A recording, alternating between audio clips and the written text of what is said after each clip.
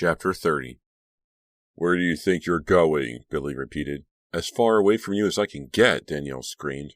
Before Billy could react, she thrust out both arms and shoved him down the back stairs. He cried out in surprise, grabbed for her. But she leaped over him. She landed hard on her hands and knees, scrambled to her feet, and raced around the corner of the house. "Stop her!" she heard Aunt Margaret shout from inside the kitchen. Then she heard Cliff's frightened cries. Would Aunt Margaret hurt Cliff? No, Danielle told herself. The werewolves aren't after Cliff, she told herself. They want a bride for Billy, a bride for the werewolf. Heavy footsteps pounded the ground behind her. Billy! With a furious burst of energy, Danielle tore through the front yard and jumped into the van. Her fingers felt thick and clumsy as she dragged the key out of the pocket of her shorts. It slipped out of her hand. She ducked down and searched the grimy van floor. Billy threw himself at the van. "Danielle," he shouted, "don't run from me." She found the key and jammed it into the ignition. Billy clawed at the driver's window. "Danielle, open the door," he yelled. "Don't run. You can't escape. You can't win." "Oh, yes I can," Danielle thought angrily. She pumped the gas and turned the key. Billy's fingers scrabbled at the window. "Get away!" Danielle screamed. The engine roared. She slid the van into gear and peeled away from the curb. In the rearview mirror, she watched Billy chasing after her. Danielle floored the gas pedal and tore down Fear Street. The van swung wildly, and the tires squealed as she steered it around the corner and onto the mill road. Billy was no longer in sight. "I'm safe," she thought, "at least for now." Danielle let up slightly on the gas. She needed to think. "Where can I go? Who will help me? I could go to the police station, but if they don't believe me, they'll take me home to Aunt Margaret. I'd never escape again. Who can I trust? Who will help me?" As she sped north on the mill road, a face flashed into her mind. Dr. Moore. He said he could call on him any time, day or night, if she needed help. Well, she really needed help now. Danielle wheeled the van around and roared toward Shadyside's business district. The stores and offices stood empty and dark. Moonlight washed over the darkened buildings. The bad moonlight. It changed Billy and the others into werewolves, Danielle knew, and it almost made me one of them. But how? She had been outside under the moon hundreds of times in her life, and she had never felt strange or violent until she joined the band. Billy must have some kind of special power, Danielle decided. The street suddenly darkened. Glancing out through the windshield, Danielle watched another bank of clouds rolling across the sky toward town. Good, she thought. Maybe the clouds will block out the moon until Dr. Moore and I figure out what to do. Dr. Moore's big Victorian house came into view. "Be home, please be home," Danielle prayed desperately. She brought the van to a screeching halt and jumped to the ground. Gravel dug painfully into her bare feet as she ran across the parking lot. "Dr. Moore!" Danielle pounded on the door with both fists. "Please, it's an emergency. I need help. I'm in danger. Open up!" The old house remained silent and dark. Danielle fumbled for the doorbell and jabbed her finger against it over and over. She heard it buzzing inside. She kept one hand on the button and pounded on the door with the other. At last, the outside light flashed on. A chain rattled, a lock clicked, and the door swung open. Dr. Moore stared out at her, blinking with surprise. He wore rumpled pants and a loose-fitting sweatshirt. His fringe of gray hair lay matted to his head. "Thank goodness," Danielle gasped, pushing her way inside. "I was afraid you were gone." "I fell asleep on the couch, reading," Dr. Moore explained, rubbing his hand over his face. "What is it, Danielle? What has happened?" Danielle slammed the door. "I don't think Billy will figure out that I came here," she said in a frightened whisper. She turned the lock and slid the chain into place. "But I can't be sure, Dr. Moore. He's got some kind of power." The doctor's eyes widened in confusion. "What are you saying? Are you being chased?" he asked, studying her face. His expression changed. "You're hurt, Danielle. Your face is scratched and bruised. Come into the office and let me take a better look." "I'm all right," Danielle insisted as the doctor ushered her into his office. "The scratches don't matter. Please, I'm in danger, and so are you, if he finds out I'm here." "Stay calm," Dr. Moore urged softly. "You can explain it all to me in a moment. First, let me make sure all the doors and windows are locked." She watched him hurry out of the office. "At least I'm safe for now," she thought, breathing a little easier. "But what can we do? What can he and I do against a pack of werewolves?" The doctor returned a few seconds later. "Everything's locked," he told her, shutting the door behind him, "and the alarm system is on. No one can get in." "They'll find a way," Danielle replied. "You don't know them. Even if they don't, we can't stay in here forever, and they'll be waiting for us when we come out." "Danielle." Dr. Moore's forehead wrinkled in concern. "Try to calm down and tell me what happened." I can't calm down, Danielle cried, pacing the office again. You don't understand, Dr. Moore. You don't know. No, I don't, the doctor answered gently. You have to tell me, Danielle. They're werewolves, she burst out. I know it sounds crazy, but it's true. Billy and Caroline and Mary Beth, they're all werewolves. Aunt Margaret, too, except she isn't my real aunt. She's... Dr. Moore held up his hand. You've lost me. I'm sorry. Please. Take a deep breath, Danielle. Start at the beginning. Danielle forced herself to stand still. She took a deep, shaky breath, crossed her arms over her chest, and began to talk. She told him everything, trying to keep it all straight. She kept her voice as calm as she could so he wouldn't think she was crazy. Dr. Moore listened without moving, without blinking. When she finished her story, he strode to the small refrigerator in the corner and pulled out a carton of orange juice. Drink some of this, he instructed, handing it to her. You're in shock. No, I'm not, Danielle declared angrily. You've got to believe me. I'm not making any of this up. I'm not. Did I say you were? He replied. You're burning up too much energy too quickly. Your body needs the sugar. Or if you like, I can give you an injection to help you calm down. No. Danielle grabbed the carton and tilted it to her mouth. I have to stay alert. The doctor nodded calmly. That's fine. I want to help you, Danielle. But won't you at least sit down? You need to rest. Danielle shook her head. Billy might figure out that I came here, she said. So we need to think of some way to trap them. A trap? Yes. Danielle drank some more orange juice. It'll have to be inside. If they're out under the moonlight, they'll change into wolves, and then we won't stand a chance. Yes, I see. You do? Danielle asked. Then you believe me? The doctor nodded solemnly. I believe you. Thank goodness. Danielle finished the juice. She felt better, stronger. Okay, so let's figure out how we're going to trap them. A knock on the door made Danielle drop the juice carton. The orange juice puddled around her feet. Dad, a voice called. Where is she? Is she in there with you? Danielle recognized the voice at once. Kit. Danielle's heart raced. Kit was alive. Yes, Kit. Your bride is waiting for you in here, the doctor answered. He pulled open the office door. How did you let her get away? Chapter 31.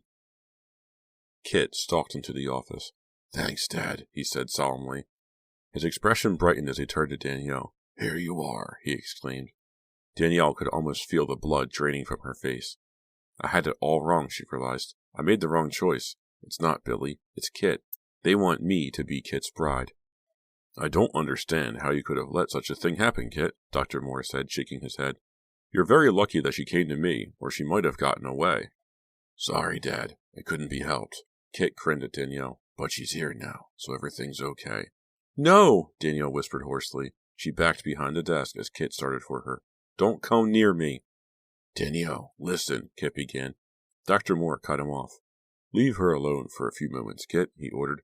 After all, she's had her share of shocks tonight. Give her a chance to calm down. Kit nodded. No problem, he murmured. He sat down in a deep armchair in front of the desk. How did you get away from Billy and the others? Danielle cried. Kit shrugged. Simple. As soon as you took off in the van, I let the moonlight do its work. Billy and the others are no match for me. You're one of them, Danielle said numbly. All along, you've been one of them. She turned to Dr. Moore. And you're Kit's father, so you're one of them too. The doctor nodded gravely. But I'm not just one of them, Danielle, Kit told her. He leaned forward in his chair. I'm the pack leader.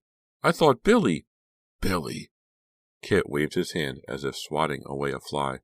Billy does what I tell him to. Know why I made him band manager? To keep you from guessing the truth about me. But he and Caroline and Mary Beth, they are all under my control.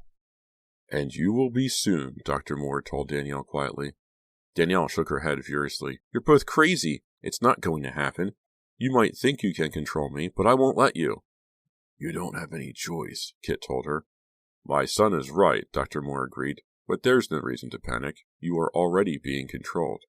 Huh? What are you talking about? Danielle cried. Your therapy, Kit said. Your visits with my father. Danielle stared at the doctor.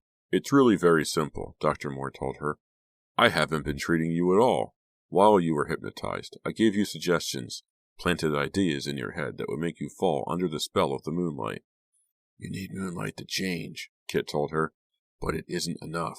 You have to want to change too. At least at first. So Dad gave you the desire. Hypnosis is such a wonderful thing, the doctor chuckled. I even planted your songs in your mind, Danielle. The songs, Danielle thought. Weird songs about killing and howling and clawing and dying. Now she understood why she'd been writing that stuff. See, Danielle, Kit said. The control is already happening. It's been happening for almost 3 years. You're lying, Danielle shouted. I didn't even know you 3 years ago. But I knew you, Kit told her. Maybe you don't remember. 3 years ago, you went to a rock concert in the park. A bunch of bands performed. Danielle did remember that concert. Not because of the music, though. She remembered it because 3 nights later, her parents died. Mine was one of those bands, Kit went on. Different musicians, but the same roadie, me. When the concert ended, I saw you hanging around, hoping to get autographs. And that's when I knew. Knew what? That you would be my bride. Kit's pale blue eyes gleamed. Wolf eyes, Danielle thought. Danielle shuddered. How could I have ever thought his eyes were beautiful, she asked herself. They're so cold, so dead. Once I had chosen you, I worked out a plan to make you mine, Kit continued. First, of course, I needed to isolate you, to get you alone. Isolate. The word hit Danielle like a hammer. She knew what Kit was talking about. My parents, she uttered in a voice filled with hate. You killed my parents. Danielle fought back the urge to hurl herself at him, scratch and kick and bite, anything to hurt him as much as he'd hurt her. Kit nodded. And your aunt.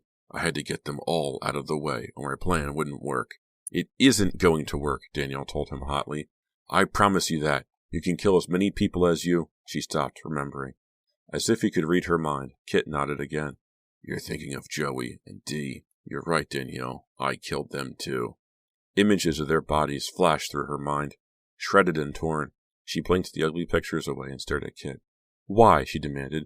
They were part of your group. Why did you have to kill them? Joey knew you belonged to me, but he flirted with you anyway. Kit's eyes glared angrily. I warned him not to come onto you, but he wouldn't stop. I couldn't put up with that. Joey had to go. What about Dee? What did she do? Forget to bow down to you? Danielle screamed. Kit jumped up, clenching his fists. Kit, Dr. Morris said, don't let yourself get angry. We're too close, son. Right. Kit slowly relaxed his hands. He advanced slowly towards the desk. Danielle trembled. But Kit passed her and strode to the little refrigerator. He grabbed a bottle of water and took a long swallow. Dee tried to warn you about me, he told Danielle, as if there hadn't been any interruption. She betrayed me. She tried to warn you away, tried to make you leave the band. Danielle closed her eyes. Dee tried to save me, she suddenly realized. I thought she hated me. But all the time she was trying to warn me, and Kit killed her for it. Don't you understand, Danielle? Kit asked. I couldn't let Dee warn you. I worked too hard. I couldn't let her frighten you away and ruin everything. Danielle shook her head sadly. Kit sighed. And then Billy tried to save you too. Billy? Danielle's eyes flew open. I thought Billy works for you. Yes, he's my slave, like Mary Beth and Caroline, Kit agreed. But it's hard to keep control of a wolf pack 100% of the time, especially in daylight. And Billy started to get some ideas of his own.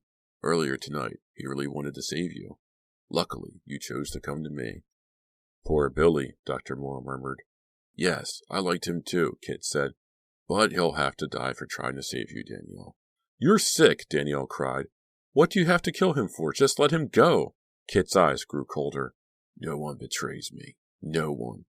Danielle shivered under his icy stare. You'll have to kill me too. Never, Kit whispered. I would never kill you. The bride of a werewolf is completely under his power, Danielle, the doctor told her. Once you and Kit are wed, you won't want to turn against him. You'll forget everything but how much you love me, Kit added. Danielle turned her head away. She couldn't stand the sight of him. How could I have ever let him touch me, she thought. Kit sighed again. I guess I can't expect you to be glad yet, he told her. But you will. You will, Danielle. Never, Danielle thought. I'll never be glad because it's never going to happen. She had to get out. Without turning her head or raising her eyes, she glanced quickly around the office. The doctor stood at the door, Kit near the desk. I'm trapped, she saw. Or was she? Behind the desk, tall windows opened onto a terrace. Beyond the terrace stood the yard. Beyond the yard, the river. Smash the windows, she told herself. Grab the desk chair and smash the windows. Then run for your life. The chair was one of those heavy leather ones. She wouldn't be able to lift it, but it was on wheels. If she rammed it against the windows, it might do the job. It's time, Kit announced. Come, Father. Perform the ceremony. Marry Danielle and me out in the yard, under the moonlight. Kit and his father started toward Danielle. With a frantic cry, she snatched the stapler off the desk and threw it at Kit's face. He ducked, and it smashed against the wall. Danielle grabbed the chair. But before she could send it crashing into the window, Kit leaped forward and grabbed her. He drew his face close to hers. "You can't win," he whispered, his hot breath making her flesh tingle. Danielle spun around, grabbed hold of his hair, and yanked as hard as she could. Kit gasped. Danielle kicked out at him and yanked his hair again. Then a strong hand clamped down on her shoulders. "You're only making it harder on yourself," Dr. Moore told her. "Get the windows, Kit." With the doctor holding her, Danielle watched furiously as Kit opened the windows to the terrace. "Come, Danielle." Kit turned to her, smiling. "Come, my bride. It's time." "I have no choice," Danielle realized to her horror. "I cannot escape." Chapter 32. Kit and his father dragged Danielle through the windows and onto the terrace. Danielle didn't make it easy for them. She twisted and squirmed, then went limp and dragged her feet. But the two men kept pulling her across the stone terrace and down the steps to the yard. "Look, Danielle," Kit commanded. "Look at the people who will come to our wedding." Danielle tossed her head back. Caroline, Mary Beth, Aunt Margaret, and Billy had gathered in the yard. "Billy!" she cried. "Caroline! Stop them! Help me, please!" Caroline shifted her weight nervously. She lowered her eyes, avoiding Danielle's gaze. "Billy, help me!" Danielle pleaded. Billy stared back at her. The defeated expression on his face made Danielle gasp. "He's going to kill you, Billy. Did you know that?" she shouted. "Kit's going to kill you because you had the nerve to go against him. Are you just going to stand there?" "I don't believe you," Billy responded dully. "My master would never do that." "You see, Danielle," Kit whispered in her ear. "They are members of my pack. They trust me to do what is right for them." Danielle glared angrily at the wedding party. Caroline still wouldn't meet her eyes. Mary Beth appeared dull and robotic. Aunt Margaret smiled happily at Dr. Moore. "You should see yourselves," Danielle screamed. "You're pathetic, ridiculous. How can you let Kit control your lives?" "Insulting them won't work," Dr. Moore told her. "Nothing will work, Danielle." Danielle glared at him, but she knew he was right. Nothing would work. She was trapped. The doctor clapped his hands like a master of ceremonies. "Let us begin," he called. The group in the yard formed a loose circle around Kit and Danielle. She had never felt so alone. Kit took Danielle's hand. "Before my father marries us, I want you to sing, Danielle." She stared at him, unbelieving. "You've got to be!" Danielle broke off. "Go ahead and sing," she told herself. "Anything to buy some time. Time to think of a way out." "What song do you want?" she asked Kit. "Bad Moonlight," Kit laughed softly. "I think of it as our song." He squeezed her hand. His touch made her stomach tighten. "Fine," she replied softly. She cleared her throat, took a deep breath, and began to sing in a high, thin voice. "Bad moonlight falling over me, bad moonlight shining down on me." Her voice trembled. "I can't do this," she thought. She turned her eyes to Kit and his father. They both watched her. Kit had a smile frozen on his face. Dr. Moore nibbled his lower lip tensely. "Keep on singing, Danielle," the doctor insisted. "Kit, she's wasting time." "She's just nervous, right, Danielle?" Kit asked. Danielle nodded. Terrified was more like it. She thought her heart might pound right through her chest. "She's trying to figure out a way to escape," Dr. Moore said. Kit shrugged. "Even if she is, it won't do her any good. There is no escape. Not now. Relax, Father." "Kit controls him too," Danielle realized. "Keep going, Danielle," Kit told her. "Don't worry about how you sound." Danielle cleared her throat. Her voice still sounded small and weak. She coughed. "Some water would help," she murmured to Kit. Dr. Moore shook his head impatiently. "She doesn't need water, Kit. Make her finish the song so we can get on with this." Kit glanced up at the sky. Danielle followed his gaze. The clouds she'd seen earlier were still overhead, but they were moving. The moon would shine down again soon. "It's almost time," Kit told Danielle, "but I really like to have the song at our wedding.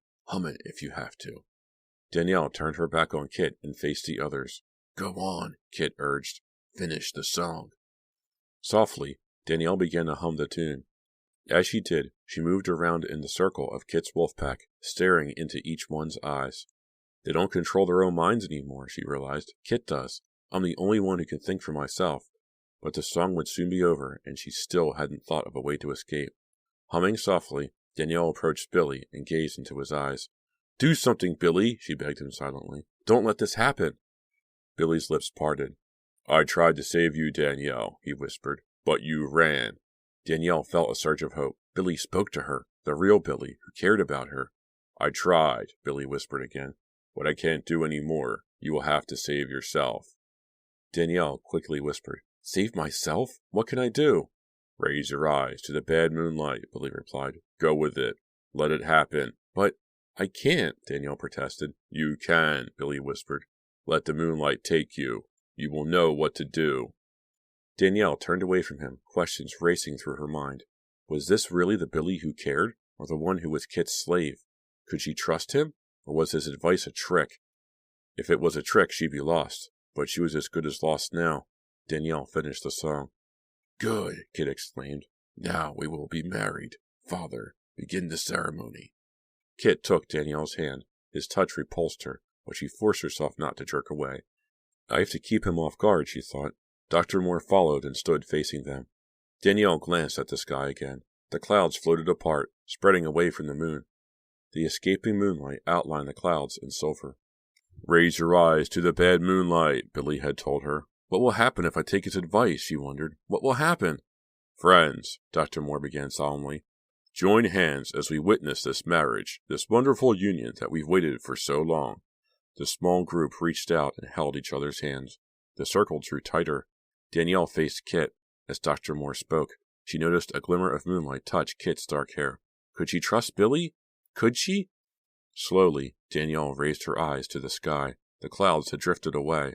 The moon floated low overhead. Danielle shivered in its icy glow, but she didn't turn away. She stared straight up into the bad moonlight, and waited. Chapter 33. Seconds passed. Danielle heard Dr. Moore's voice. She felt Kit holding tightly to her hand. Then she felt her body start to change. Her skin tingled, then began to itch. Her throat tightened. She coughed. Her voice escaped in a low rumble. She felt the hair grow in her hands, over her arms, thick and bristly. She curled the fingers on her free hand and felt claws digging into her palms. She felt her face twist, felt her nose and mouth pull forward into a snout, felt her teeth extend as her lips pulled back in an animal snarl. When the bad moonlight changes you, you will know what to do. Billy was right, Danielle thought. I do know what to do. She inched closer to Kit. A low growl started deep in her belly. It rose up through her entire body until it escaped her mouth as a bellowing roar. Then Danielle pulled open her powerful jaws and sank her teeth deep into Kit's throat. She heard Kit's startled howl of pain. She heard the shocked cries of the others. She saw the circle break, saw Aunt Margaret raise her hands to her cheeks in horror, saw Dr. Moore's eyes go wide, his knees buckle. Danielle held on, held on, held on, dug her wolf teeth deeper into Kit's fleshy throat. A shrill whistle burst from Kit's open mouth. He whipped his head furiously back and forth. Danielle staggered, but held on, held on.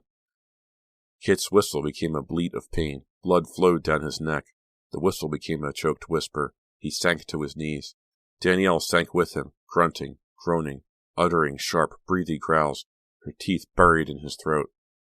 She didn't let go until Kit's eyes rolled up in his head and he sank lifelessly to the grass. She heard the cries of the others, but turned her eyes to the moon, to the pale white moonlight, the bad moonlight, sinking once again behind the clouds, the light fading, fading. Danielle's body tingled and ached as she returned to human form. She shut her eyes tightly and waited for the painful feeling to stop. She opened her eyes in time to see Dr. Moore fall to his knees. His entire body began to quiver and shake, harder, harder, as if trapped in his own personal earthquake. His arms flew up as his body shook even harder, and then parts of him began flying off. His body is shaking apart, Danielle realized, gaping in horror. Dr. Moore's arms flew off his shoulders, his ears flew away from his quivering head, and then his head flew apart. Danielle covered her mouth as it splattered on the ground. Danielle spun away, saw the woman who had been Aunt Margaret shake apart too, saw Kit's body shake and fly apart, heads and arms, hands and feet strewn over the grass. Oh no. Were those sickened moans coming from her own throat? And then Billy, Caroline, and Mary Beth came rushing up to surround her. Billy's eyes glistened with admiration. You did it, Danielle. You set us free. You've released us, Caroline cried happily. She threw her arms around Danielle and hugged her. Thank you, Danielle. Thank you. Kit used the bad moonlight to hold us prisoner, Mary Beth explained. We weren't strong enough to break free. Her green eyes burned with gratitude. Thank you, Danielle. You broke his spell. We've got our lives back now. They swarmed around Danielle, smothering her in joyful hugs. After many tears and cheers of celebration, Danielle managed to break away from her happy friends. She ran into the house and called home. Cliff was fine. He didn't know that anything was wrong. He was angry that she'd awakened him. Danielle felt a strong wave of affection for her brother. They were orphans now. She'd have to fight to keep them together, but she'd faced off with a werewolf, and won. Now she could face anything. After telling her brother she'd be home soon, Danielle returned to the others. Caroline and Mary Beth had flopped down on the terrace steps and were gazing up at the sky. They stared at the moon as if seeing it for the first time. The white light washed over them, cleansing and pure. Billy wrapped his arm tenderly around Danielle's shoulders. We don't have to dread the moonlight any more, he confided, thanks to you. Danielle leaned against him. I don't care if I never see the moon again, she said, sighing. Know what I'm looking forward to? What? Billy asked. Danielle grinned up at him. Some bright sunlight. This has been a Nightfall Audiobooks production of Bad Moonlight by R.L. Stine, a Fear Street Super Chiller, Book 8. Well, that's Bad Moonlight. How about that ending? Everybody sort of blows up. So Aunt Margaret isn't really Aunt Margaret. It's just some woman that was working with Dr. Moore and Kit. And once Kit dies, Dr. Moore and her explode. Or something. It's kind of weird. Well, at least Billy, Mary Beth, and Caroline all got their lives back, so that's nice. I remember this being one of my favorites when I was a kid. It's a werewolf book. I didn't have too many werewolf books back then. I don't remember what else I had, if I had any at all. It was still a fun read. It took until the very, very end for something to happen. I thought you were going to see more of Danielle being a werewolf, but you don't. She's a werewolf for like 4 pages, and then that's the end of it all. Nice build-up. Good story plot. I don't know. I don't have a whole lot left to say about this. If I were to rate this book, I'd recommend it. It's a good Fear Street Super Chiller. It's a good Super Chiller in general. Lots of good descriptions. It takes a little bit longer to get moving. It's 195 pages. The average Fear Street book's 140. Let's see here. Like the Cataluna Chronicles Book 1 is 151 pages. And that took like 2 hours to record, I think. It's a very, very fast book. Bad Moonlight's going to be very long. Bad Moonlight puts me in a weird position in that this is now done, and I still have to finish up Ski Weekend, and I have another book planned. I got it from the library yesterday, and I don't want to start another book, another book, until I have Ski Weekend of Bad Moonlight edited and finalized and built and things like that. So I'm going to sit on the library book for a week until I can get Bad Moonlight or Ski Weekend, at least, edited and published. Today is Wednesday. I'm home the next couple of days. I'm probably going to just finish up Ski Weekend at my home studio instead of at the primary studio because I'm home anyway. I might as well finish it. A studio update. My studio is about as complete as it's going to get. I have some small improvements. I want to install a bookshelf to put my books in. I want to do a studio tour and show you guys where I work. That's about it. This was a good book. I liked it. I liked reading it again. It was fun to revisit it after all this time. So thank you for joining me. If you want to get in touch with me, you can send me an email, nightfallaudiobooks@gmail.com, or find me on YouTube, Nightfall Audiobooks. Leave me a comment, like, subscribe, tell your friends, tell your mom, tell anybody that you think would like to hear Fear Street novels. So thank you very much for listening, and I will see you next time.